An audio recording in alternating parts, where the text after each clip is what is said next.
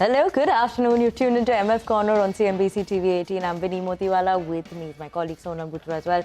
Sonal, good afternoon. And we always want to break down everything for our viewers, but this is something that is very important because when I started investing, I used to be confused between the difference of these two, that is regular and direct mutual funds, right?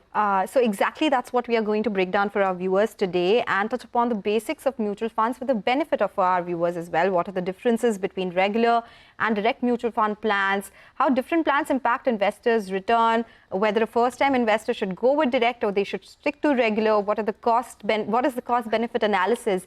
To understand this and more, we have with us Santosh Joseph, founder and partner at Germinate Investor Services, and we'll have Sandipan CIO at Motiwala Oswal Private Wealth also joining us in just a bit. Santosh, good afternoon. Thank you so much for joining in. Most new investors hear the terms direct and regular, but the conversation often stops at direct is cheaper. That's something that everyone just talks about. Beyond cost, what are some of the other factors that an investor should consider before choosing one over the other? Hi, good afternoon to both of you. Good to be back. And I agree, this is a hot subject and many people want to know, and I'm sure many of the viewers also would like to know a simple answer whether direct is cheaper. Now, while that's a term that's getting popular, I think the beauty lies in the detail. Now, the minute you realize that direct is cheaper, and then you realize, what am I getting if it's not direct? The whole characteristic feature that you get in going for a full-blown service that is in the regular plan is that you've got someone to help you through this entire journey, help you navigate.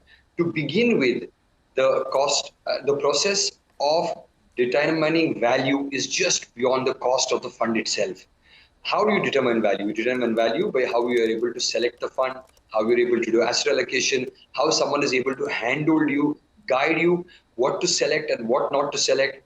Sometimes we miss the most important thing, that if an advisor or a distributor helps you stay away from meddling with your own portfolio, that is not to redeem when the times don't look good, or to let your funds stay the course, or not to unnecessarily tweak or churn or change your portfolio. Now, these things are not priced in, not quantified, not validated.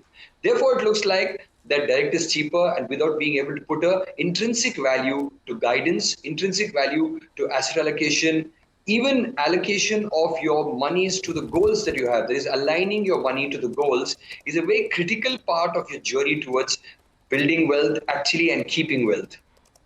Absolutely. Thank you so much for that, Santosh, and thanks so much for joining in. We also have Sandipan now with us in the conversation as well.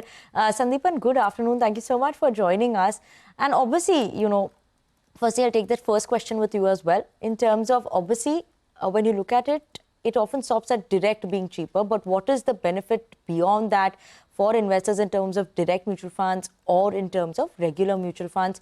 What are the factors that one should consider, if you would like to add anything to that? And overall, for someone who is investing for a long term, say 10 to 15 years, how can the difference in terms of return be between regular as well as direct in terms of cost difference also comes in? Right. So let me take the last question first. In terms of the cost difference, if we assume there's an 80 basis points kind of cost difference between a direct plan and then regular plan, then it will be around, let's say, 20%, assuming a 12% kind of gross return over a period of 10 years, okay, which is substantial. Your 1 crore, let's say, goes to 2 crores, or it goes to 2.2 crores, right? So, or 2.4 crores rather. Okay, so that differential is substantial, but you also have to understand the other aspect, which is that of taxation. So let's say you are holding a regular mutual fund, regular code mutual fund today, and now you want to switch to a direct code mutual fund. But that will have a tax implication, right? You will have to pay, depending on the holding period, either a short-term capital gains or a long-term capital gains. So either it will be 12.5 plus sales plus charge surcharge, or a 20% plus sales plus surcharge. Now that, let's say, assume it's a long-term capital gain, so it's about 15%. So that cost, when you add to it, the break-even happens almost in about 8 years or so. So you have to be very sure that the mutual fund that you are investing in today, after doing the switch from regular to direct, you are going to hold on to it for at least the next 9-10 years. only then will the benefits accrue to you. Because today when you are redeeming or you are doing the switch, please remember it's a redemption plus buy, plus an investment. Okay, all right. This is a question to both of you, but let me start with Santosh first, because advisory comes with value, whether it is behavioral guidance, asset allocation, we talk about rebalancing as well. Is it possible for an investor to quantify that value when deciding between the two options? Because while we can quantify the other part in terms of cost, what about these factors?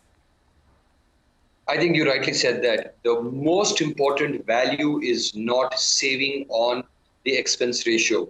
What we are able to see here is the difference that I'm saving between regular and direct. What we are not able to see is the value that the advisor brings to the table in handholding the client. And let's take a small example. If the client got worried in the last 1 year or 2 year or 3 year because of markets or valuations or just the way the markets have been sideways, one would exit or one would not invest in the markets. This is where the advisor alpha or the advisor role in generating wealth, apart from costs, come into play, which will just cover up the cost and you won't even know there was a cost. Coming to your previous question, on a 10-year, 15-year, 20-year basis, yes, there will be maybe a 1 or 1.5% extra CAGR return that you will make in a direct plan. But don't forget, you will miss out a lot more by not having the right guidance, the right handholding. Sometimes we forget that loss aversion or reducing the risk itself is huge returns, and it doesn't even compare to the costs. Absolutely. Sandipan, the same question to you. How do you see in terms of an investor, how should one quantify the value that comes in deciding between both these? And also, sometimes you often hear that argument that experienced investors should go for direct and beginners should choose regular. Do you agree with that, or is that a decision more complex than it just sounds like, oh, you can just pick this? Let me, ask a question. Why does Roger Federer have a coach, or a Novak Djokovic, he has a coach, right? Why does the Indian cricket team has a coach? And more often than not, the coach is less skilled than the person who is coaching, right? Because that brings a very important perspective, which is a holistic perspective. Where you are going wrong, is he dispassionate? Because he's detached from you. So he's having a far more, I would say, top view of your performance, of your situation than you can have when you are completely in the situation yourself, right? So that's one. And on the mutual fund, advisory side or direct quote side, why you need an advisor also is not just to do the fund selection. You also need an advisor to do the first step with the first principles. First principles is that of asset allocation and your strategic plan. What is the investment objective you're trying to achieve through this investment goal of yours or through this investment plan of yours?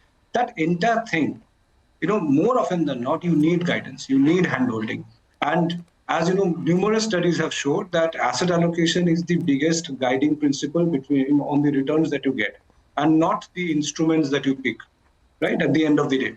So if that is the case, then your journey starts from defining your investment objectives, basis your current situation and where you want to be. And that, I think you need an expert advice on, right? So that's the first step. And then comes the second step where I'm doing a fund selection, we are tracking them. And in today's world, obviously you are aware, there are so many changes happening even in the mutual fund space, right? Fund managers who have been in the same fund house for 10 years, 15 years, suddenly are shifting out, right? Either they're moving to another mutual fund or they're starting on their own. So how does an investor, an ordinary investor, keep a tab on all those things? And a fund at the end of the day is as good as the fund manager who's managing it, right? It's his own personality stamp, and especially if he's managing it for the last 5 years, 10 years or so. So there, you need advisors who can at least guide you, keep you updated, help you with all the information asymmetry that is there in this entire vast space. Okay. Apart from the financial planning. Okay. Sandipan, if you can quickly tell us, if somebody is already invested in regular plans, when does it make sense to switch to direct? And also, what are the implications in terms of tax costs if they do so? Yeah. So as I said that if I have to give the main clause here, it's that whenever you are switching, again to repeat, it's a capital gains incidence for you. So you should be very, very clear that when you are switching or making that shift from a regular quote to a direct quote, you should be in that fund for the very long haul. Otherwise, the break-even doesn't happen. When you have with surcharge, let's say a 15% tax incidence, to recover that 15%, you need to be with a 80 basis points or a 1% expense ratio differential. You need to be in the fund for the next 8 years. So that discipline, that that clarity of thought has to be there. Okay, but if it's an incremental investment and you are a very savvy investor who is completely hooked to the market, who knows what he is doing, then you can do direct. But if you are, if you are still in the first steps where your financial plan needs to be done, your investment objectives need to be set, your risk appetite, your disposition towards risk needs to be assessed, then it's always better to go through an advisor through the and not DIY. Absolutely. Sandipan as well as Santosh, thanks for the views coming in on a regular versus direct funds, how one should go about it as well, and when one should look to switch. But do wait on with us because we're going to slip into a very short break. On the other side, we want to put the spotlight on matrices and metrics that such as absolute returns, CAGR, XIRR with our guests. So we'll continue that conversation. Do stay tuned in.